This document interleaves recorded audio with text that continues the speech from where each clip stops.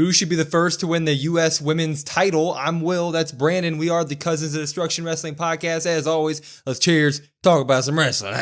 Yeah, we talked shortly about this, I guess, in our SmackDown review. So we figured why not give it the video it deserves, give it the time it deserves. Let's have some conversations here. Yeah, apparently reports were that at Raw this week, there were no whispers about a potential women's IC title.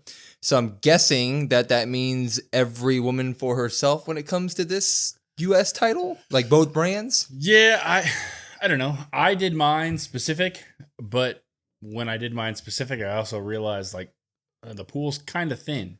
Yeah. So it would make sense that it's both. Maybe they do it to where it's one of the belts that goes back and forth, kind of like the women's tag titles. Maybe that's what they do. Yeah.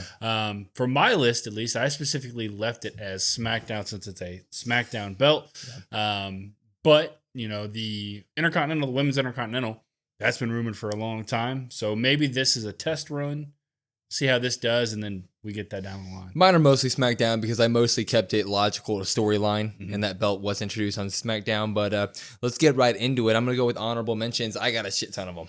Oh, okay. I kept mine to, I guess, the 5, and then I only did one honorable mention. Do your honorable mention. Well, so as always, we don't show each other our lists. So if you're new here, we have no idea who the other has. My honorable mention is I don't even have the list pulled up. Here we go. Honorable mention, Bayley. Yeah. Through her as the honorable mention, I mean, there's not much more to say there. It feels like, you know, she's kind of lost some steam there, but it's also she's had that career so far that you could give that belt to her and really establish it right out of the gate. Now, you could say the flip side. Well, if you give that belt to Bayley, that belt's not going to do anything. He's going to be dead. You could also say that, and I wouldn't. We love Bayley. I wouldn't fight you on that one, too. But yeah, I mean, Bayley, she doesn't really have anything going on right now. She's kind of in the random mix of women's wrestlers, so throw her in there. Yeah, completely agree. I didn't have her on my honorable mentions, but I would put her. I broke my honorable mentions down from like my legit honorable mentions, and then another list of honorable mentions just called "Don't Need This," and I would put Bayley on there, but it's more of like long tenured people. So like, don't have Becky Lynch come back win this thing. Don't have Charlotte Flair come back and win this thing. I see a lot of people online talking about her winning it. Don't have Liv Morgan. We don't need a Livy 2 belt here. And don't have Rhea Ripley come and steal it either, you know? So I just put those lists of people who don't need it. I really don't think that they need to just have one of their top women stars immediately take this thing. I think they would do much better at going with the names that are going to probably be on our list of these women that are in the mid card and really just need this one spark to light them. Yeah. So keep them out. And then my actual honorable mentions in terms of stuff, people that would logically be able to get this belt. I had Maxine Dupree. Loved Maxine. She ain't ready yet. Raquel Rodriguez. I like the idea a little bit. I like the idea a little bit of like, you know, Liv with the main belt and Raquel, her enforcer with the side belt. But like, we've had a lot of bloodline stuff with that sort of thing over the past few years. You know what I mean? Sonya Deville. It could be cool to have the leader of the PFC be the U.S. champion, but they literally have no stock at all. You talk about a belt dead on arrival. If they give that Sonya Deville, on arrival. They might as well not even introduce the belt. Yeah. Oh, man. 2 more. Tiffany Stratton, I don't have in my top 5 here. I have her outside because she does have that money in the bank, and I think that she's big enough to where if she gets a title put on her, make it be the big one. She needs to take that belt off Nia.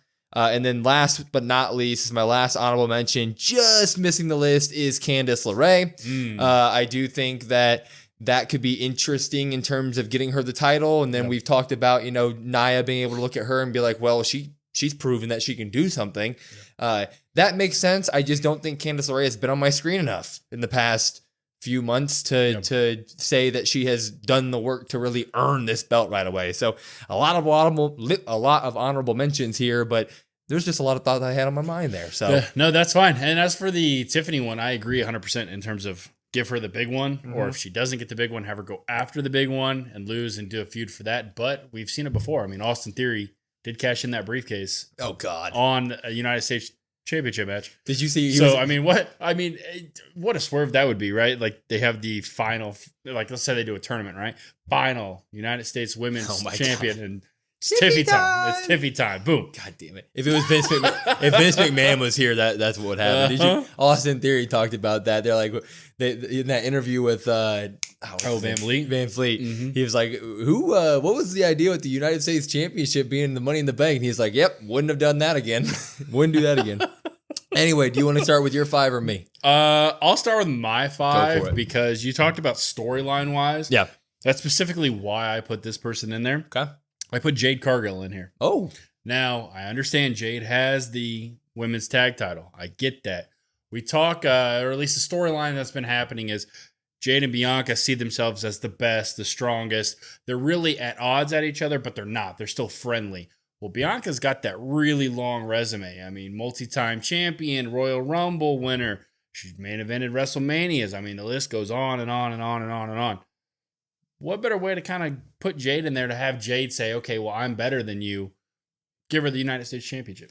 Yeah. I mean, I didn't have Bianca or her on my list, but yeah, this would be a good way to do it. Now, am I advocating? Is that my number one? I don't mean to cut you off, but is that my number one pick advocating? She needs to. No, I think it would be smart for her to kind of be away from that. But if they wanted to kind of speed that up and give Jade a leg to stand on here, at least, I feel like that's a quick way to do it. I think that her being pivoted toward the U.S. title should be the first thing that they do after the Bianca Jade feud, because I need some proof that she can stand on her 2 feet alone without Bianca whenever that time does come. Yeah, but it would be interesting, and it would do exactly what you said. It would be a good point of ripping them apart a little bit, because she would take something that Bianca's never had. You know, she did it by herself. It'd be one of those things. So that could be interesting. Yeah, if that one was all strictly. Everybody else on my list, I guess I could see winning it. But I thought for her, at least, hers might be the most like story-driven one that I have. Like you said, it's something that Bianca doesn't have, and got to kind of divide some more tension, cause some more tension in there. I agree. Number 5 for me, I did put Mishin on this list. Mishin's going to make the list. Someone who is sporadically on TV and off TV and sporadically in things and then sporadically on NXT. She's just kind of everywhere. She hasn't had a good through line, but whenever she's on TV, she does make the most out of her minutes. Is one of the women that is just 100% okay with putting her body on the line, and whatever she does. Her dumpster match with Chelsea Green was amazing. She had stuff on NXT before that, hardcore matches. They were also great.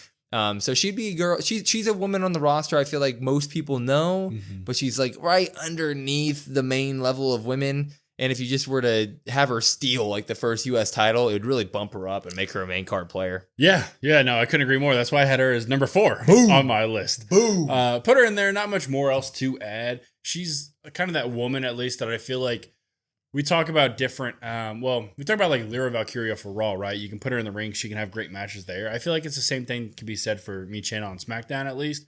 She's kind of that same character. Like, yeah, she didn't really have a lot of screen time. Yeah, she's kind of just lost in the shuffle. But when she's on screen, it's really good. It's enjoyable stuff. So I was like, you know what? She fits right into this main, or I almost said main event, but right into this mid-card title scene. I feel like that's perfect for her. Unfortunately, I don't ever see her winning that main title. So this is a perfect shot. And I feel like I even saw her say, I think on Twitter, like, this is the most realistic chance I have at getting a title.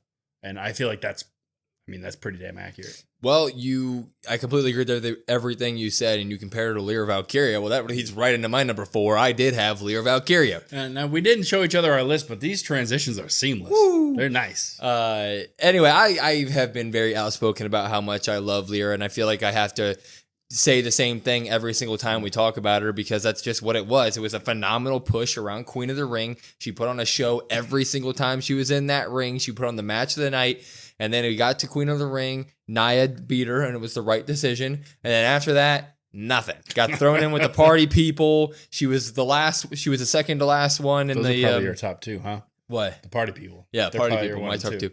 She was the second to last one in the number 1 contender battle royale for Liv's belt. She is just, I don't know what they're waiting for. That's kind of what I feel like with her. Like when you're throwing PFC out there and all these other women, that Natalya still gets some screen time. Like, why them over Lara? Like, Lara already has a good backing that when she comes out, she's got fans doing the bird squeal and whatever. And she has a backing. Give her something. This would be perfect for her. Yeah, I Couldn't agree more. I feel like eventually later on in the year, we'll talk about maybe some superstars WWE have kind of fumbled at least this last calendar year. Yeah. And I feel like she's right up there at the top of that list. So I couldn't agree more. I mean, there's not much else to say. You got to give her something. And I mean, this could be the work women's title since it's the only mid-card one right now. Just do that. Why not? I'd be down. So my number 3, also, I'm sitting here thinking I'm going to do the first thing ever. I'm going to add an honorable mention as I'm going to number 3. Yeah, don't ask me why. It just popped in my head. The rules. Now I'm Tom Brady. I make the rules. Exactly. Honorable mention. I'm going to throw in Ivy Nile. Just specifically, you're like, why? Why would you do that? I don't know why it popped in my head. American made. It's a United States Women's Championship. Damn. American made. Good hit. Why not? It'd be.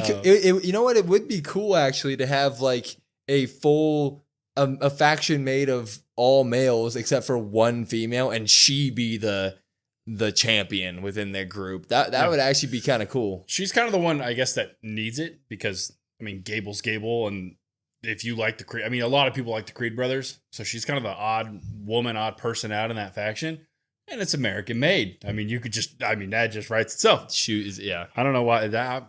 The more I'm talking about, the more I'm like, I should bump her up. Number 1, Ivy Nile. My number 3 is somebody you already mentioned. I'm going to say Candice LeRae. Okay. I talked about the storyline, like, oh, maybe Jade's the only one, but you really kind of planted a seed in my head, at least when we were watching SmackDown, about she really is going to overtake Tiffany as that right-hand woman to Nia. And I think that what other better way than just give her that? I mean, Tiffany's had that Money in the Bank briefcase. Maybe that's why she's having it for so long. You have like this power duo of Nia and Tiffany, and they both have something. So I feel like that kind of writes itself. I do agree, though, that she kind of hasn't been on screen enough, but we don't know when this is going to take place. So there's tons of time to kind of build that up. Yeah, that's true. Hopefully on SmackDown they release some sort of plan for it, because they kind of did just drop it on her head, like like randomly. Like it was just like, oh, commercial break. Oh, by the way, there's a U.S. title now. Next thing. Maybe that's either. I'm gonna give 2 guesses on what it is. Either the main event of Deadline, because they dropped that on her what head. What the hell? Yeah. Or Speed Saturday night main event. Yeah, that'd be cool. Something like that. I'd be down with that. But yeah, like I said, you pointed out what I said earlier. I just haven't seen her enough. But you are right. There's time. There's a bunch of time. If they could announce a big old tournament like the Queen of the Ring that took weeks and weeks, right? Yeah. That gives me enough time if Candice LeRae is in a match every single week on SmackDown, and there's Nia stuff every single week with her, and Tiffany drama, and you build that story. They have time to do it. It's just a matter of like how quickly are they going to do it. And if I just had to bookmark, like say it's happening in 3 weeks, it would still be too early for me when it comes to Candice LeRae. Yeah. I do think that would be. I do think they're going to do some sort of tournament style. I think you probably agree on that as well. I will say my interest is really high, though, if Candice LeRae faces off against Tiffany Stratton at some point in that tournament. Why not? Oh, you can book it. I mean, that just sounds so good. And then Nia comes out to the ring, and Nia's got to kind of make a choice. And then Rhea Ripley storms out. She stacks and pins all of them. My number 3 is going to have to be Zelena Vega. While we haven't been the biggest Zelena supporters, I would say we're just lukewarm on her. You know, we don't, nothing to write home about her. But she's kind of been like she's been like the Naomi of Raw for a long time, where like she's always randomly put back into the main title area, and she always like gets the title shot and then loses. And then like has like a small little program, like a couple weeks with the person who holds the title, and then loses, and it's back down to wherever. So that's kind of the definition of where you put somebody like that, is the mid-card title, right? So that they can actually have something and build their resume and maybe get themselves over that little hump they need to get to in order to win the big one. So I think she would fit in perfectly for it. Yeah, I didn't have her on my list, but I don't see why not. I mean, give her a shot. It goes perfectly with what you said. You compared her to Naomi. I'm also going to compare her to Lara, as you talked about, because like she challengers Liv for the world title, and then she's there, and then she just kind of goes off, right? Yeah. They kind of randomly had her in like the PFC stuff, and now she's just like a supporting member to the LWO, whatever, American made, whatever. They need to do something with her, because as you said, like we're kind of lukewarm, I would say, compared to most people. But a lot of people love her, and she's pretty good in the ring. So why not just give her a chance? Yeah, and it'd be a cool little dynamic with like the whole LWO, Latin Latino thing with the U.S. title. Mm-hmm. You could have a heel easily come in. You could have an Ivy Nile right away come in with that and start getting tension right there, right? Maybe that's the first. That's feud. an American title. What are you doing, right? We're booking that right there. Yeah. First feud. Boom. Boom. My number 2, you mentioned her, but you just kind of compared her. So I got number 2 is Naomi. We've had some people in that little bit we talked about also talk about Naomi. I feel like she's probably the number 2 favorite just as is. If they were to make like odds, right? Like a sports book for WWE, it's probably number 2. She's really good in the ring. She hasn't really gotten that chance. She's gotten wins over Nia. She's been included in some main stuff. She also has that friendship with Jade and Bianca. Well, Jade and Bianca are tag team title holders, and she kind of feels like the odd woman out there, so why not give her some gold as well? Well, it fits in pretty well because number 2, I have Naomi. I think it's the obvious choice. Yeah, I completely agree. She's in a weird spot over the past, I would say, 3 or 4 months where like she would totally be champion during any other time right now if Liv, Rhea, and the Nia Tiffany stuff didn't exist. Yeah. Like if these stories didn't just so happen to be some of the biggest women's stories that we've seen in a while, she probably would have snuck into championship reign here. Yep. She's phenomenal. Obviously, has all the backing in the world. She can't be you can't just keep sticking her with Jade and Bianca whenever they need her. Yep. She's good as a singles.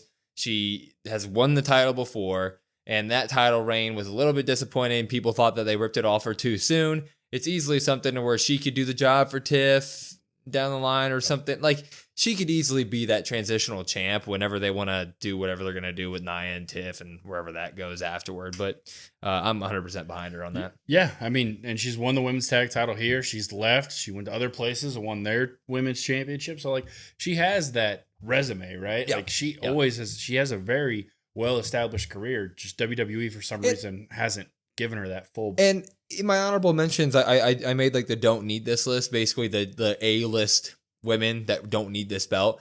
I would say that Naomi is like the B+ woman that could be their mini star to catapult this belt early on.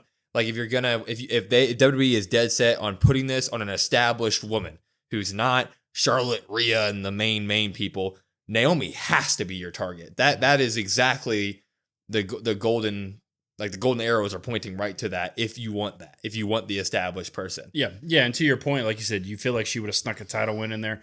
They did have a match in her hometown. I think Orlando, or I could be making that up, but I want to say Orlando. I feel like that would have been a perfect time if those storylines weren't so good. Like she could have won the main belt there, Yeah. And then, I mean, eventually we have everybody's coming out like LA Knight's got a custom strap and all this stuff. Like down the line, whenever she does get this belt, because I think I don't know if she's going to be the first one, but I think it's just a matter of time. Give her like a custom glow in the dark. Well, she made that. She put the glow sticks on the. Boom, yeah. When she had the SmackDown Women's title at a live event, she put the glow sticks on it to make the belt glow, and apparently Vince was pissed. But yeah, that's bye Vince. So. That's Vince. Yeah, do a glow in the dark strap. That'd be cool. I'd be sign me up for that. Yeah. Well, number one's probably number one, right? Yeah. I mean, at least for us. I've seen a lot of people agree with us, but then I've seen like a lot of people kind of it's either Naomi or it's number one for me. It's Chelsea Green. I feel like that's pretty set in stone. You talk about the maximizer of minutes. We've talked about it for months at this point. Somebody that we were kind of rooting for to get that Money in the Bank briefcase. If it wasn't going to be Tiff, we're like, okay, give it to Chelsea. Admittedly, kind of looking back on it, the Tiffany story is really good, but it's also like Chelsea, I feel like could have maybe done a little bit better with it. Because at this point, I'm almost fatigued of the women's Money in the Bank cash-in stuff. I feel like I wouldn't have got that with Chelsea. You mentioned the dumpster match. She made a dumpster match with Mishin. Fantastic. You know damn well that she would have already failed that cash-in. Yeah, but it would have been it would have been amazing. It would have been two amazing. Nights into it. She would have fallen. Anyway, number one's going to be Chelsea Green, right? She would have gotten the ring and she would have cashed in. She would have got on the top rope and she would have been like, I can't do this. Yeah. Count it out. Yeah. Boom. That's it. Chelsea Green is exactly what you want from a mid-card title. And when this is mentioned online, it seems like people are kind of like, they don't take Chelsea as seriously as she probably should. And that's the thing about her, is that you could just give her this first one and you could easily have her lose it a month later, less than a month later, and everybody would be okay with it because she's proven that 2 minutes is going to be, her 2 minutes are going to be probably the most funny of the night, probably one of the most memorable 2 minutes of the night. So imagine what you would give her if you gave her 10 minutes on every SmackDown for 4 weeks leading up to a title match. It would probably be the best segments of the night, not called Bloodline. Like, she would be that good with it. She has a huge fan backing at this point. She just flat out deserves it. Make Chelsea Green the U.S. Women's Champion. Yeah, and I also think it's important to know, like you talked about some of the story stuff with yours, right? Like storyline driven, obviously, that's what we all love, right? Yep. Chelsea has like the most paths crossed with like all of the women's roster. So it's like you could have Chelsea versus Mishin in the final, or Naomi in the final, or she could have the belt and then she could defend it against either one of them, or Jade and Bianca. Like there's Tiffany. I mean, there's literally the possibilities are endless of this person, this person, this person, this person. Yeah, no, she's like, she has a web everywhere. She's like a big old spider that just walks around. Like everybody has reason to beef with her. So you already have, you give the belt to Chelsea and then you literally can just point to who you want to go next. Yep. And it makes sense. Yeah. Her. Okay, get them in a feud. And it makes sense. Point to this thing that happened 3 weeks ago. They don't like each other. Boom. And it'd be kind of the same thing almost with the Liv Raquel thing. Now, I don't like copy and paste sort of thing, but your Piper could kind of be the bodyguard. I don't think she would be as serious as probably Raquel. We've seen Piper's kind of also like a comedy act at times. I feel like maybe she tries to be that bodyguard, and Piper just keeps failing as being the bodyguard. I just feel like it could make some really good TV. Yeah, I think it's an absolute no-brainer. And I think the match for U.S. title should be Naomi versus Chelsea Green. Yeah, if I had to pick two to go out and main event a SmackDown, or I mean, I hope they give it what it should and be on a PLE, like maybe to open a PLE. That's kind of what my hope is, but we know WWE kind of just likes to throw some things on TV now, weekly TV. I want Naomi and Chelsea Green. For sure. Anyway, let us know in the comments what you guys think, who you guys think should be the U.S. champ. Great time. We've been asking for this for a long time, so looking forward to whatever they do with it. Hopefully it's a tournament. Mm-hmm. But follow us on all of our socials at COD WrestlePod, COD WrestlePod. Listen to us wherever you get your podcasts at YouTube, Spotify, Apple, etc. And if you want to come talk to us, we got a link tree. It's got all of our socials. It's got Discord, TikTok, all that stuff. Come join our Discord, talk to us throughout the day. And then on all of our socials, comment, subscribe, share it with friends. We love talking to you guys in the comments, and we appreciate you. But till next time, I'm Will. That's Brandon. We are the Cousins of Destruction Wrestling Podcast, and we will see you next time.